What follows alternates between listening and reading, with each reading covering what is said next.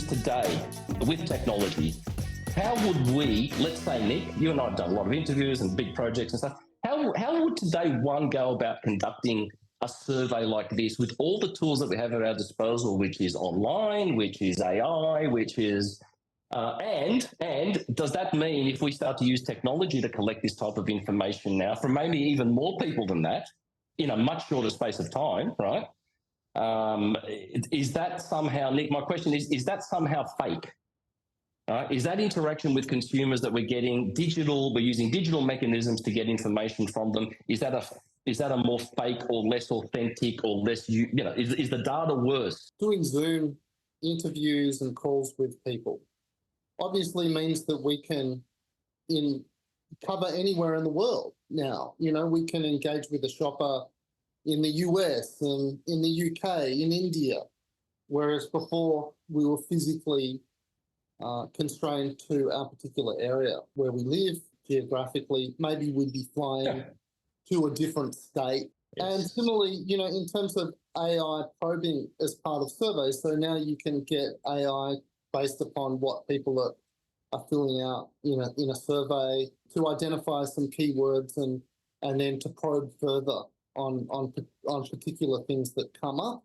A little bit like a qualitative researcher themselves, or a lot like a qualitative researcher themselves. Right. And therefore get more long version answers, more detail, more description from people. And once again, that means effectively what that means is that you can ask qualitative questions to a quantitative sample, right? Whereas previously you could only ask those questions to a qualitative sample. The difference being, a qualitative sample, if you've got, 6 focus groups, you might have 50 people maximum in those focus groups. With a quant study, you might have 1,000, even 2,000 people, where you can then use this AI technology to ask a number of qualitative questions. So it allows for, I guess, an expansion of the qualitative sample.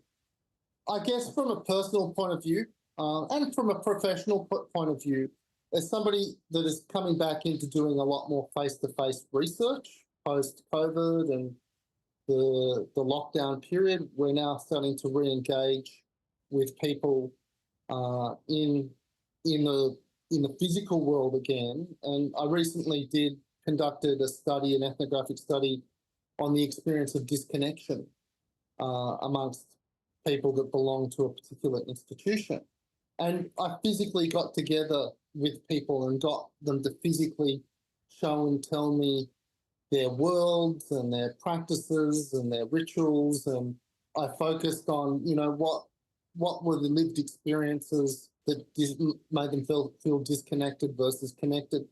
And the thing that happened in doing that, actually engaging with them in their environment, is that, first of all, I'm able to see everything, right? So more than 360 degrees, I see spherically around me everything in this person's environment. So I'm able to observe and respond to things that I wouldn't be able to see or experience just within this rectangular screen. So when we're doing a Zoom immersion, we are limited to the rectangular screen. The other thing is that we're also limited to the coverage that the respondent provides us in terms of showing us their world. Whereas when I'm in their world, I'm able to move around and I'm able to frame it myself through my own observational frame or observational lens. There's also the physical activity of walking, talking, doing, showing and telling, all sorts of different activities. And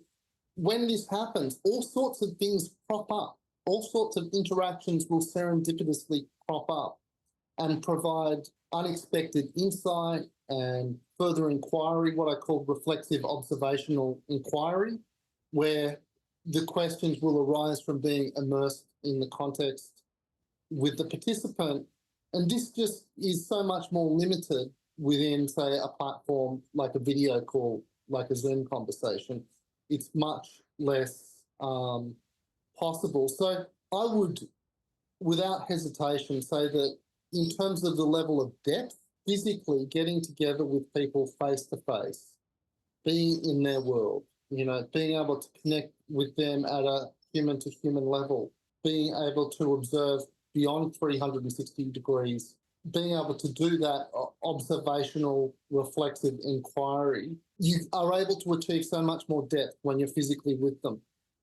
But that's not to say that it's the only way we should be conducting research. We should be conducting hybrid research because we get enormous benefit from getting the coverage, the access that technology provides us. What I am worried about is that we become so enamored with the technology that we throw the baby out with the bathwater, that we go, well, you know what? We actually don't need to conduct face-to-face research anymore. We don't actually need to make the effort of going and meeting people in their everyday lives, in their everyday context. And to me, the solution is simple, that we do hybrid research, we add on